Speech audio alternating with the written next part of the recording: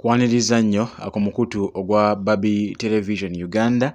era ne nkwebaza okubanga otambulira wamu naffe yonna gy'osinzire okubanga otugoberera. Olunaku olw'ejjo President yayiseeko eggaba era yakyankalanyiza ekitundu ekyo oluvannyuma lw'abantu okubanga abaamulindiridde ebbanga ddene nnyo ku mwalo era kyaddaaki yamaze n'atuuka era ne basanyuka. Abaakubye enduulu ne bagamba President waffe wuuyo, ngenda kuba nga nkuwa obutambi obwo osobole okubanga olaba embeera eyabaddewo nga President bamwaniriza wali akugaba landing site era nga yakozesezza lyato lye nga tewali amanyi wa waalaga. Babadde bamanyi nti yeevugamukko bwevuzi nga bwe mukimanyi nti ne ku nnyanja okwo kuliko patrol era nga Bobi Wine yasobodde okubanga atuuka eggaba landing site abuuze nate ku bano Bannayuganda babeera ku mbalama z'ennyanja. Ngenda kuba nga nkuwa obutambi obwo nga bwe nkutegeezezza naye ne nkusaba gwe atanaba kubanga osubscribinga ku mukutu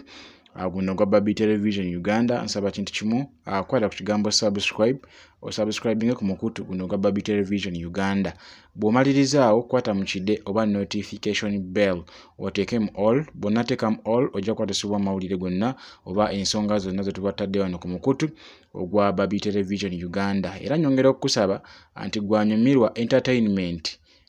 ne sports nga kw'ossa n'ebyobufuzi esobola okuba nga ogenda wali ku mukutu ogwa Cloud9 Television Uganda n'osobola okuba nga olaba ensonga zonna tugenda kuba nga tuziteekayo. Olw'ensonga nti guno omukutu gwo gwa nkyukakyuka twasalawo tugube bannankyukakyuka n'ekibiina kya National Unity Platform era nga tubatuusako amawulire agagenda mu maaso mu kibiina naddala struggle eno ekyagenda ddala mu maaso n'okubanga egobwako mu mbeera yonna yadde nga ebisoomooza byo bisusse okubanga bingi naye ate tebigenda kubanga biremesa President Robert Kyagulanyi Ssentamu ne ttiimu gy'akola nayo okusobola okulaba nga banunula eggwanga lyattu erya Uganda. So twasalawo omukutu guno tugubawe tusobole okuba nga tugatuusaako ebyo byonna ebigenda mu maaso enjuuyi ezo ebbiri. Naye nga ye President Robert Kyagulanyi Ssentamu abantu bamwaniriza nnyo mu ssanyu era kansooke nkuwe akatambi akasooka. Nina obutambi obusukkako oba buwerako naye kansooke nkuwe akatambi akasooka olabe essanyu eryabaddewo nga President Robert Kyagulanyi Ssentamu ayanirizibwa eggaba ku landing site emu. Awo n'oluvannyuma ngenda kubanga nkomawo tweyongereyo n'ensonga.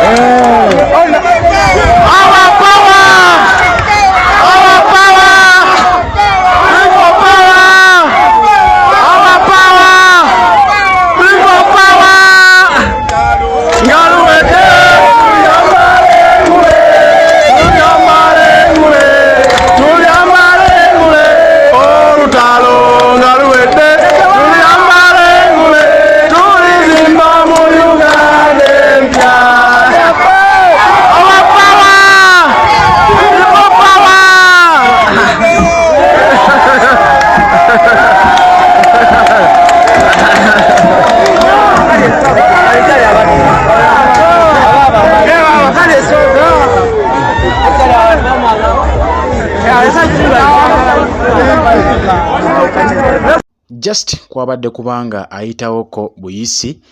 nga bamuvugamukko ku lyato lye era nga bw'atyo President Robert Kyagulanyi Ssentamu yayimiriddeyoko n'agamba nti kanyimbiremukko ku bantu bange mu mbeera emu oba endala weewaawo sibadde na kigendererwa kya kujja kuba addressing oba kuba mobilizinga mu ngeri emu oba endala olw'ensonga nti baamulengeredde eri ne basobola okubanga bategeera eryato lye ku mazzi we yabadde yeetololamukko ku nnyanja katono nnyo n'asobola okubanga agamba omugoba we oba yabadde avuga eryato lino nti ligobe mpaka wali kugaba landing site nsobole okubanga mbuuza ku batuuze abawangalira mu kitundu kino kubanga nabo bannayuganda bannanga ate nga abalonzi bange banjagala nnyo n'olw'ensonga eyo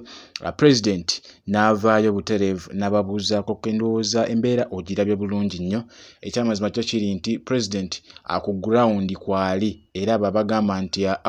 Kyagulanyi ku ground taliiko ekyamazima y'ensonga lwaki abasiiba bamubulookinga buli lukya ye akyaliko ku ground ekitegeeza nti essaawa yonna essuubi lireme kubanga likuggwamu gwe munnayuganda yonna gy'osinzira okubanga owuliriza akatambi kano ngenda kubanga nkwongera akatambi akokubiri olabe nate embeera eyabaddewo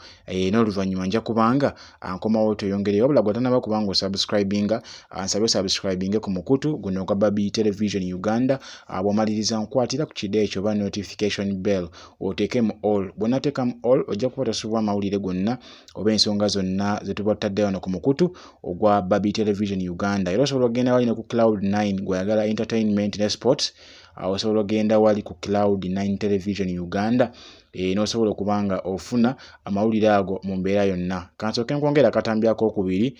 ka President Robert Kyagulanyi Ssentamu nga bamulimbira oba nga bamwaniriza wali kugaba landing site olunaku olw'ejjo naye ng'olunaku olwaleero yasimbudde dda agenda Masaka wali eri rather agenda Mukono manyi Masaka endi nnyo ku mutwe olw'ensonga nti waliyo bingi nnyo President Robert Kyagulanyi Ssentamu byagenda okubanga akolako era nga olunaku olw'enkya Masaka president yajja naye ensonga ezo ngenda kubanga nzija nkole clarification wabaddewo ko clarification ezeetagisa okubanga zikolebwa okusinziira ku countrywide tour phase 2 enkyukakyuka ezaakoleddwamu video yaffe yasembe nakuwadde kalenda ekyamazima yabadde esobyemukko naye ngenda kujja nkole clarification kasooke tufune akatambi kano president nga bamwaniriza wali kugaba landing site mu mbeera emu oba endala olabe n'abantu kye bakoledde president mu mbeera gye yasanzeewo wali kugaba landing site katubifune n'oluvannyuma ngenda kubanga nkomawo atoyongereyo n'ensonga.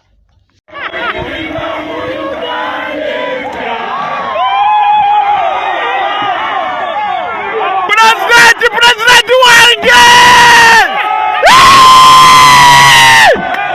President wange!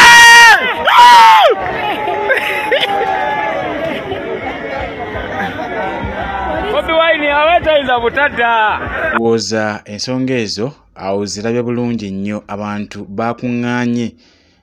obalabye ku president eryato lye nga liyitamuko yabadde agenze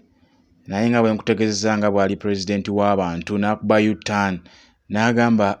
nzizaayo nsobole okubanga mbuuza ku bantu bange abannayuganda bannankyukakyuka bannanga olw'ensonga nti be nnwanirira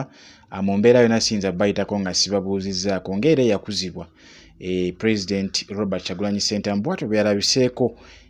kugaba landing site olunaku olwabadde lwajjo naye nga embeera yo ekyamazima yo yabadde yassanyu olw'ensonga nti amabaloboozi mugawulidde bulungi nnyo anti president wange kati bw'okeera enkya n'ogamba nti tali ku ground basimanyi kiki otegeeza mu nsonga eyo naye nga tugenda kubanga tukutuusaako butereevu bingi nnyo bigenda okubanga bituukawo olunaku olwaleero president ali mu kweteekateeka wali Mukono wa Betty Nambooze Bakireke nga bwe nkutegeezezzaako agenda kubanga atuuka jjukira nti ku poliisi yasuubizza obutaddamu kubanga etaataganya entambula ez'ekibiina kya NUP nga kw'ossa ne mobilization tours yagambye antegenda kubanga eddamu teekawo blocks so katukirindiridde okulaba nga tukiraba oba etteeka lyabwe oba ebigambo byabwe banaabikuuma ne bakuuma n'empisa n'ebisuubizo bye bakoze bwe babadde bamiitinze